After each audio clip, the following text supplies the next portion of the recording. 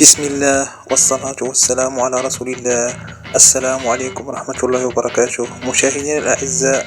في خبر اليوم، كشفت مصادر مقربة من الجامعة الملكية المغربية لكرة القدم أن لاعب ريال مدريد المعار لنادي ميلان الإيطالي إبراهيم دياز قرر تمثيل منتخب المغرب. وحسب صحيفة المغرب سبورت، فإن إبراهيم دياز اقتنع بمشروع الجامعة الملكية لكرة القدم بعد عدة اجتماعات مع مسؤولي الكرة المغربية في الفترة المنقضية.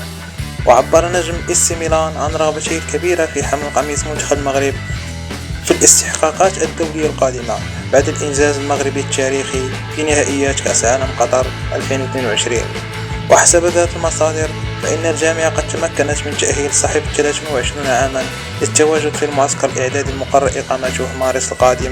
جدير بالذكر أن منتخب المغرب سيواجه منتخب كولومبيا ومنتخب آخر من أمريكا الجنوبية، حيث يفاوض الاتحاد المغربي منتخبات البرازيل والأرجنتين